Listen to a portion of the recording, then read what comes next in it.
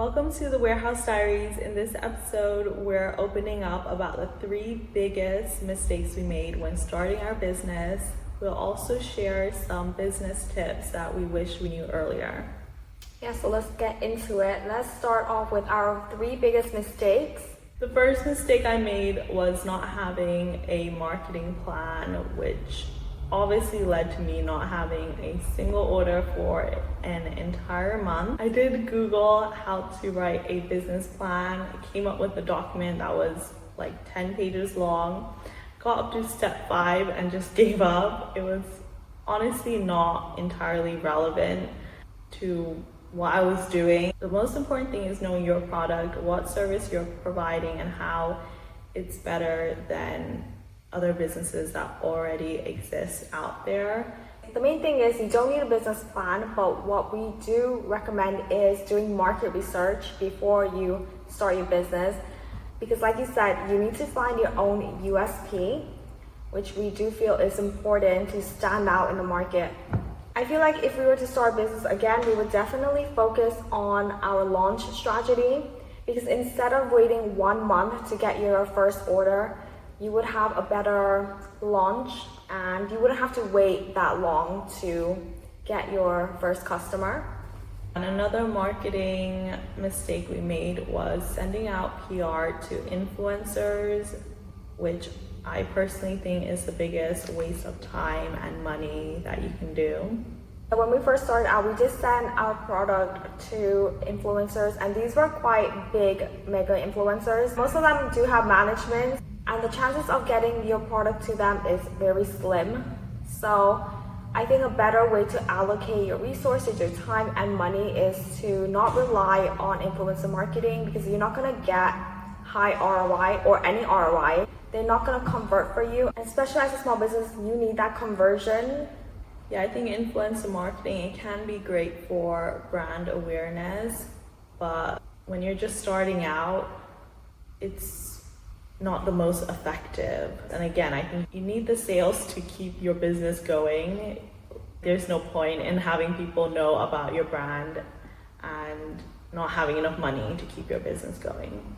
I feel like instead of relying on influencer marketing, the best thing you can do is just post yourself to get your brand out there and for people to notice your business. There's no better way to market your business than yourself when you have no marketing budget. You know your business the best, you know your product the best, and when you don't have money, at least you have the time to create your own content. That is what I had to do because I had no other option. I didn't have any money to put into ads, so the only option was to create the content myself. Yeah, and I feel like nothing beats organic marketing, especially like you said, if you have no budget, organic marketing is the way to go. It literally costs $0 to post on TikTok, to post on Instagram, so you're literally risking nothing. It's better to post a TikTok and it flopping than to not post at all. We did have 1 or 2 influencers post an Instagram story, which again, like you mentioned, it just doesn't convert. Yeah, I think we did get a few followers from them posting, but nothing was converting. We did also try hiring a social media assistant where they help us film content. This was after like years, like probably 3 years into the business. Yeah, I remember this was because for the first 2 years I was creating all the content, and then I got burnt out, and then Rosie started creating it, but she was still working her 9 to 5, so then we were trying to find someone else to create the content for us. First of all, it is so hard to find a social media assistant to help create content for you, because where we live, it's very rare, first of all, for someone to be good at social media in our town. And second, I feel like it just does not translate best. It's not as authentic, especially if the brand already started out as like a founder-led content. Putting another person is kind of like, oh, who's this person? You gotta warm up your audience to that person. So I feel like, yeah, it just did not work out in our business, but of course it can work for other businesses if that is a good fit. When starting a business, it's really important to have a strong mindset, to not have self-doubt, and the biggest thing you can do to protect your mindset, to protect your peace, is to not tell anyone that you're starting a business, especially if you don't have anyone around you that is business minded, or you don't have anyone that's encouraging about starting a business. When you're starting a business, you really gotta have that bulletproof mindset. Like, you can't let anyone chirp in your ear saying, you know, you can't do this, you can't do that, because chances are it's gonna create self-doubt. Self-doubt is the number one reason why many people don't start their business. The chances of your immediate circle being supportive is very slim. At the end of the day, the reason why your friends and family don't support you and they might criticize you for starting a business is because they want to protect you and prevent you from failing, and to prevent you from the hardships of starting a business. First person I told about starting a business was you, and you were super supportive about it. Second person I told about my little business idea was my mom. And she basically said, who's going to buy that? It'd be your own family that are your biggest haters. She kind of just went on to say that just because you like something and are interested in something doesn't mean that other people will like it too.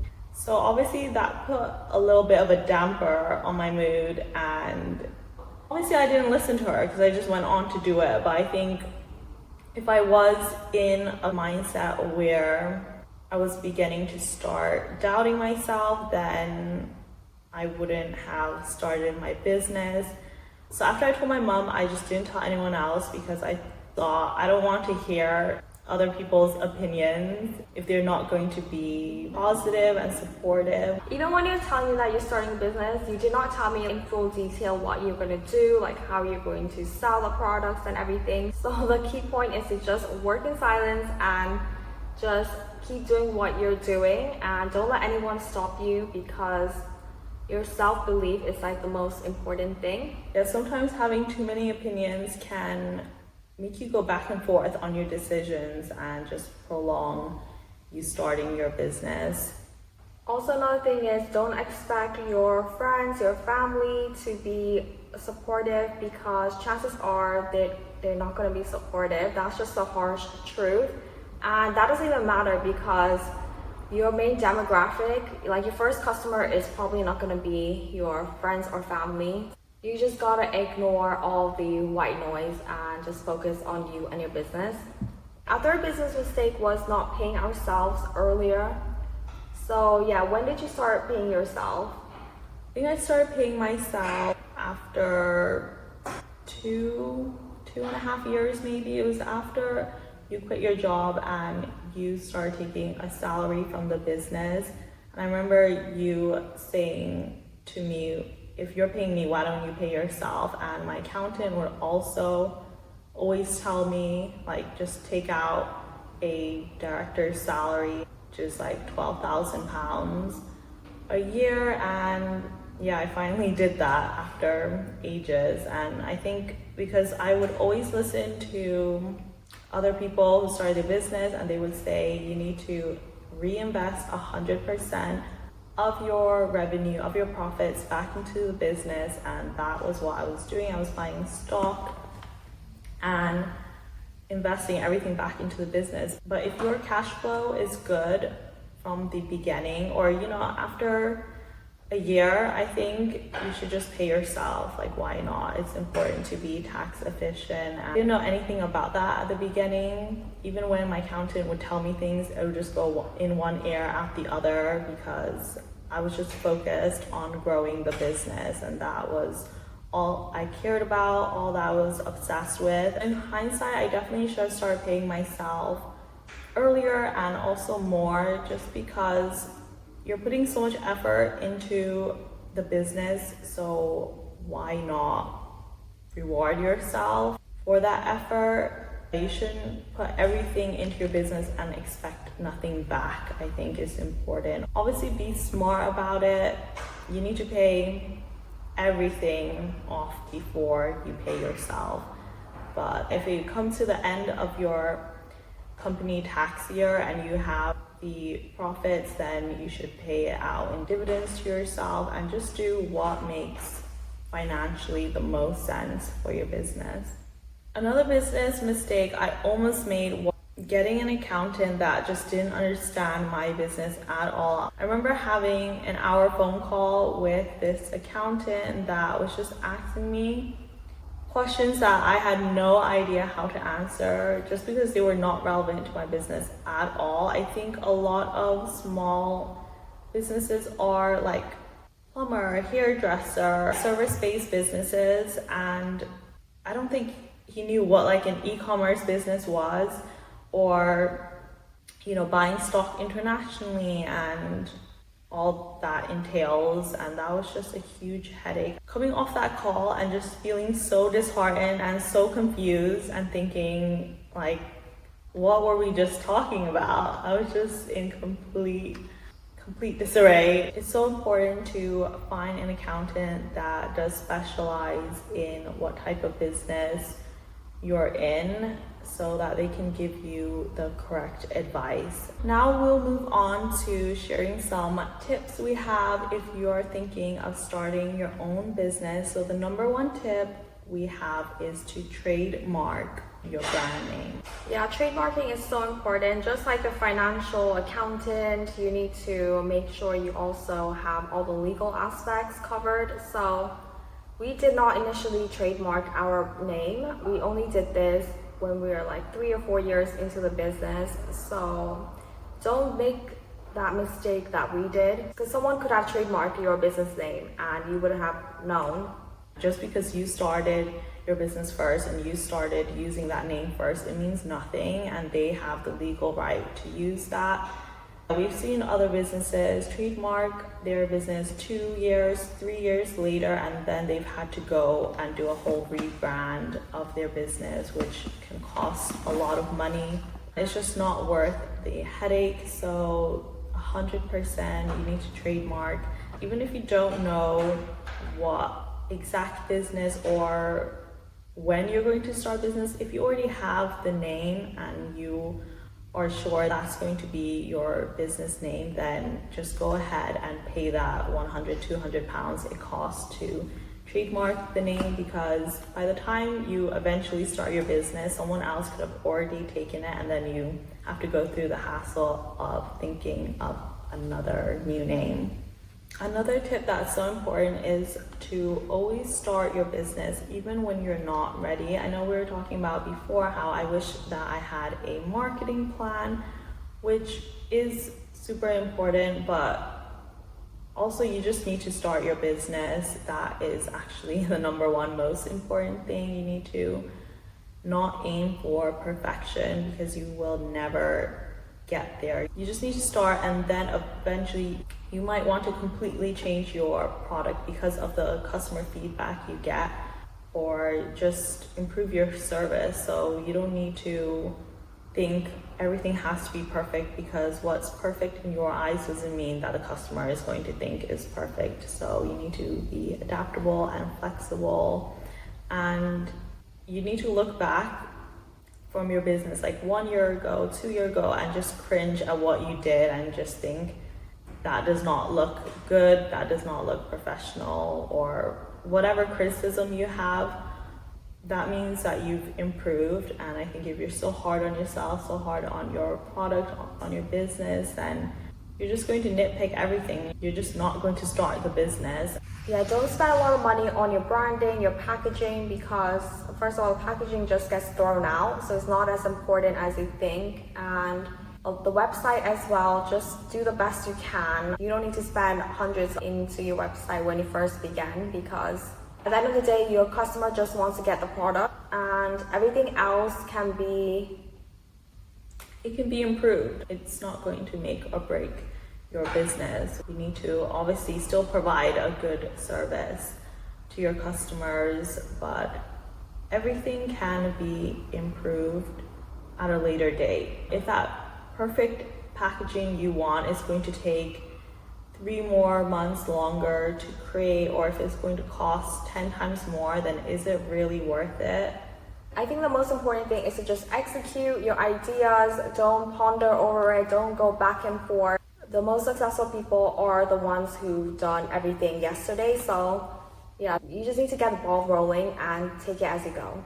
The final tip we have is to just believe in yourself. You need to think that you are one day away from making it every single day, because business is so hard. You're going to have periods where you might not get any orders for weeks, and you need to have that perhaps delusional self-belief in yourself, and that's the only thing that's going to keep you from quitting.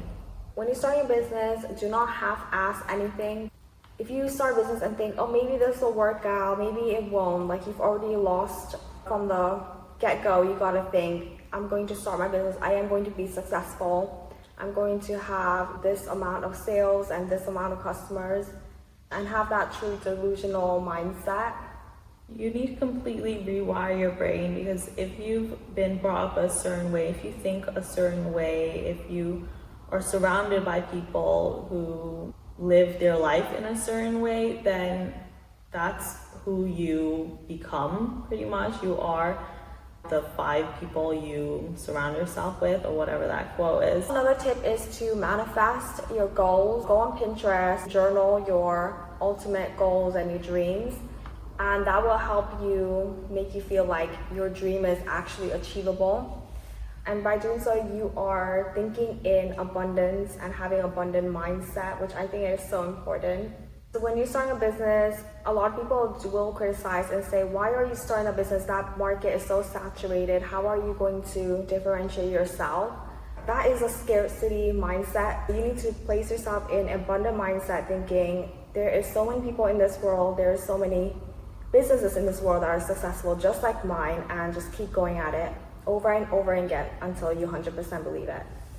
And now for our hot topic of the week, we're going to talk about the difference between UK founders and US founders. I saw this founder on TikTok talk about how there's such a huge contrast in the difference between UK founders and US founders. So let's talk about it. I feel like in the UK, a lot of people don't have the abundant mindset. They're stuck with their own limiting beliefs. If you say, I have a business, they will look down on you and pass judgment.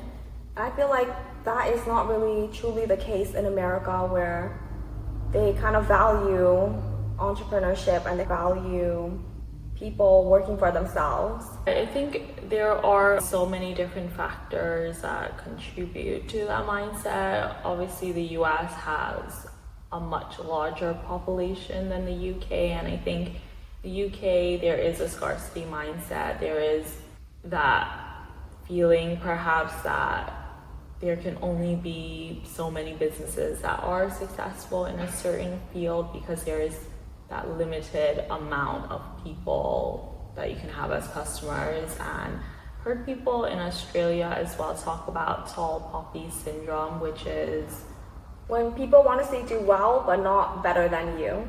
They don't like seeing other people be successful. It makes them feel uneasy and makes them, I think, reflect on themselves and think, why am I not doing that? Yeah, and I think even businesses with each other are more competitive in the UK. And I think the US also really values like this hustle work culture, which can be toxic. In the UK, it's not a flex to say, like, I worked X amount of hours this week, because it's not seen as something that people aspire to. Also in that TikTok, they were saying how the US founders, they would talk in confidence, like even if they haven't reached like X amount or something in sales, they would really talk confidently about the business. Just their whole like aura, I guess, is different. I think it's super inspiring, especially with social media, just seeing people be more open.